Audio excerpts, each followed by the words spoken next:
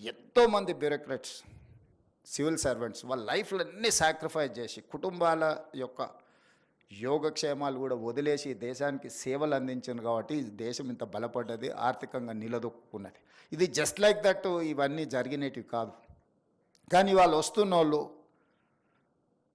పొలిటీషియన్స్‌ని పొలిటీషియన్స్‌ని అనే కాదు, సమాజంలో ఉండే రాంగ్ ప్రెసిడెంట్స్‌ని అన్నిటిని కూడా రోల్ మోడల్‌గా తీసుకుంటున్నట్టు అనిపిస్తుంది. ఈ మధ్యకాలంలో కొత్తగా సెలెక్ట్ అయిన ఐఏఎస్, ఐపీఎస్‌లు నేను చూస్తున్నా.